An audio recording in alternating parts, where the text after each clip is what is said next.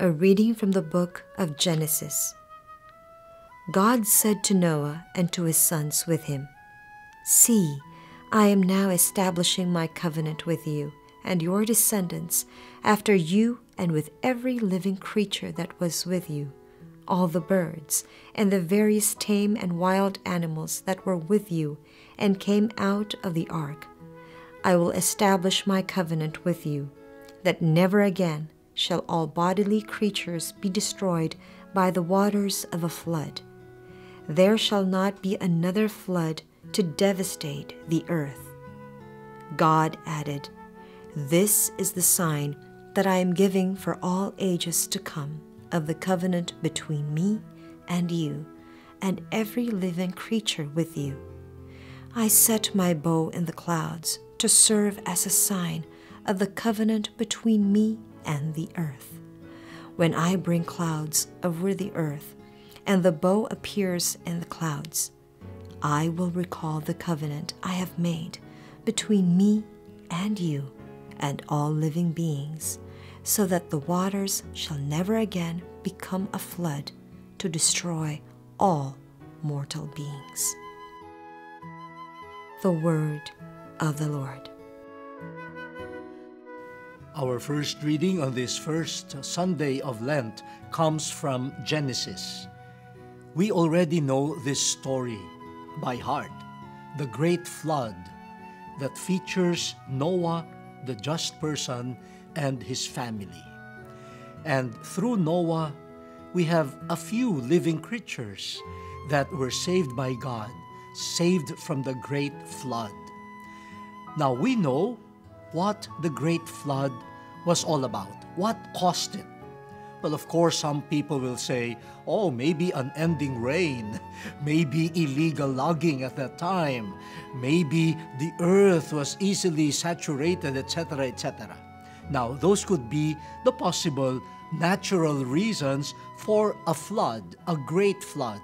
We in the Philippines, we have seen great floods these past decades. But according to the sacred writers, there was a theological or even a spiritual cause to the great flood. God decided to send rains resulting in floods because of the sinfulness of God, of the people, because of their evil ways.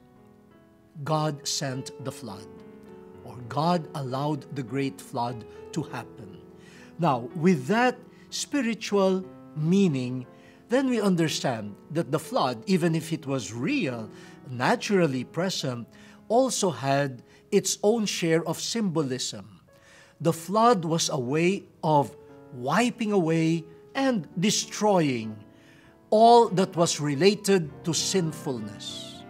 Through the flood, everything that was against God in the form of evil was washed away.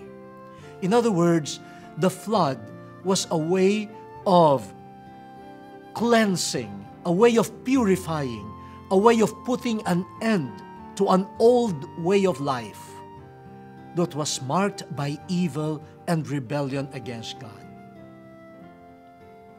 Now, in the first reading, we have the aftermath of the flood. What happens after the flood? God renews His covenant with His people after the flood. The flood that meant the end of a former way of life led to a new way of life. It led to a new offer of grace. Now we ask the question, what is the aftermath of the flood? After the flood, what comes next? Here comes our first reading. After the flood, after the end of an old way of life, after cleansing the people or purifying the people of its rebellion and sinfulness, we have the offer of grace, the offer of a new covenant. We would normally think that after the flood, God would just say, no more. No more chance to you human beings. I have had a bad experience of you, so now that you have been wiped out, no more.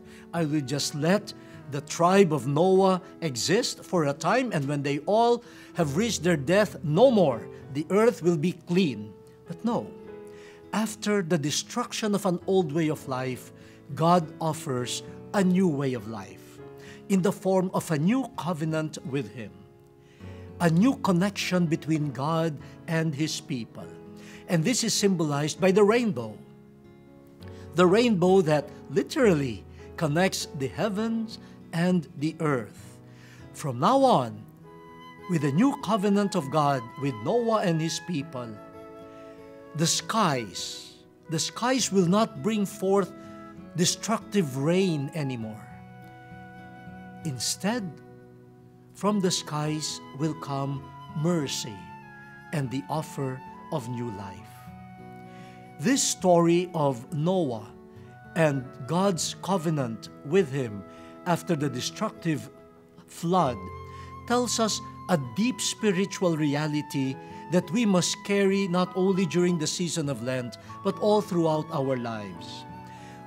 Over and over again, now in our day-to-day life, we need floods. We need floods to destroy our sinfulness. We need floods to destroy our corruption, our greed, our injustice. But let us not be lost or disappointed or even despair when those floods come into our lives. Maybe God allows those floods in order to renew us in His covenant. I know people who have experienced floods through sickness, through the loss of employment, through even the painful loss of a loved one. It could be a flood in their lives, a flood of sorrow, a flood of tears.